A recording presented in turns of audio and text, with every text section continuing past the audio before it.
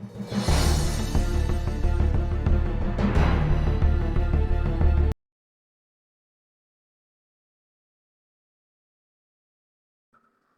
باللہ من الشیطان الرجیم، بسم اللہ الرحمن الرحیم۔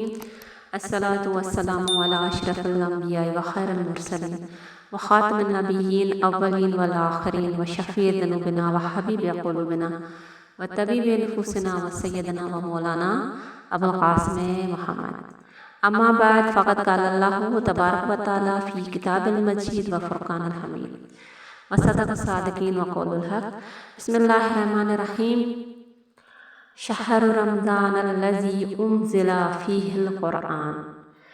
پروردگار عالم کہتے ہیں کہ ہم نے ماہ مبارک رمضان میں قرآن کو نازل کیا، اور رمضان کے لغوی معنی ہمیں ملتے ہیں کہ حرارت کے اور سوزانی دن کے، یعنی حرارت اور ایسی چیز جو کسی چیز کو جلاتی ہو، جلانے والی چیز۔ اور پھر ہمیں حدیث سے معلوم ہوتا ہے کہ رسول خدا فرماتے ہیں کہ رمضان کا نام رمضان اس لیے رکھا گیا کیونکہ یہ لوگوں کے گناہوں کو اس طرح سے ختم کرتا ہے جیسے آگ کسی چیز کو جلاتی ہے۔ تو یہ موقع پروردگار عالم کی طرف سے ہمیں دیا جاتا ہے کہ ہم اپنے آپ کو بنائیں، سنواریں اور ہم اپنی خود سازی کر سکیں۔ یہ ایسا موقع ہمیں پروردگار عالم دیتا ہے کہ جس سے ہم اپنی خود سازی کر سکتے ہیں، اپنے آپ کو بنا سکتے ہیں۔ ابھی اس ماہ رمضان کا پہلا عشرہ ختم ہو چکا ہے جو کہ رحمت کا تھا، دوسرا عشرہ جو کہ مغفرت کا ہے شروع ہو چکا ہے، اور پھر یہ معلوم ہوتا ہے کہ اگر رحمت نہ ہو تو مغفرت ہو ہی نہیں سکتی۔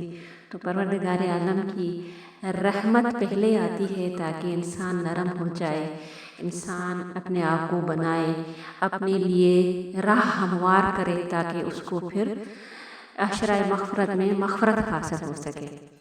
تو پھر یہ عشرہ مغفرت ان لوگوں کے لیے ہے کہ جو اس ماہ مبارک رمضان کو اس طرح سے حاصل کر رہے ہیں جس طرح سے پروردگار عالم نے ہماری مہمانی کی ہے، ہم لوگوں کے لیے سفرہ بچھایا ہے اور ہمیں دعوت دی ہے کہ سفرے پہ آ کر ہم اپنے نفس کو بنا سکیں اور تقوی حاصل کر سکیں۔ پروردگار عالم نے ہمیں یہ اپرچونٹی دی ہے کہ ہم اپنی خود سازی کر سکیں۔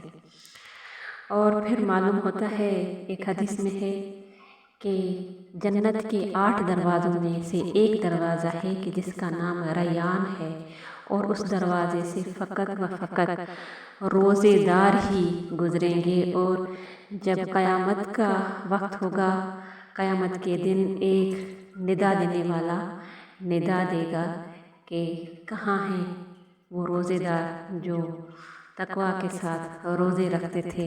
اور پھر وہ روزے دار آئیں گے اور اسی دروازے سے داخل ہو کے جنت میں جائیں گے، اور پھر وہ دروازہ بند کیا جائے گا۔